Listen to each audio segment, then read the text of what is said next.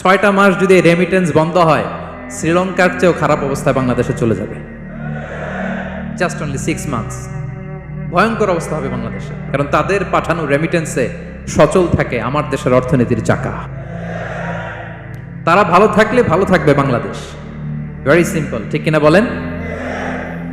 আমার যে ভাইটা পরিচ্ছন্নতা কর্মী, রাস্তা ক্লিন করে, এয়ারপোর্টে ওয়াশরুম ক্লিন করে, একজন পরিচ্ছন্নতা কর্মী, তারও 20 থেকে 30 হাজার টাকা বাংলাদেশে ঢোকে প্রতি মাসে। আপনি চিন্তা করতে পারেন? এই যে বাংলাদেশে এখন চাকরি নাই, চাকরির বাজার মন্দা, মাস্টার্স পাস করে বেকার টোটো কোম্পানির ম্যানেজার, এরকম আছে না নাই?